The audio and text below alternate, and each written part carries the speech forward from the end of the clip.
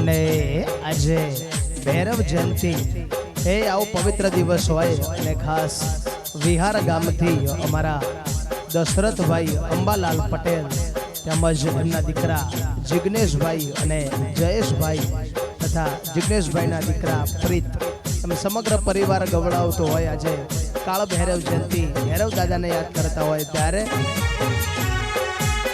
કાળ ભૈરવ તારિયા ગેવાની માં ખૂબ હચવાયા તારા કીધેલા માર્ગ અમે જ્યારથી અપનાયા હતા કાચ કેરા કટકા તુએ કોહિનૂર બનાયા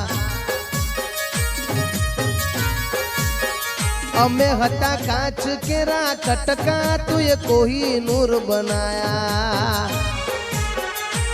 કાળ ભૈરવ ના મળ્યા હોય તો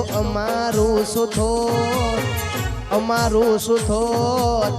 દલડાની વાત મારી કને જઈને કો જય કાળ ભૈરવ દાદા।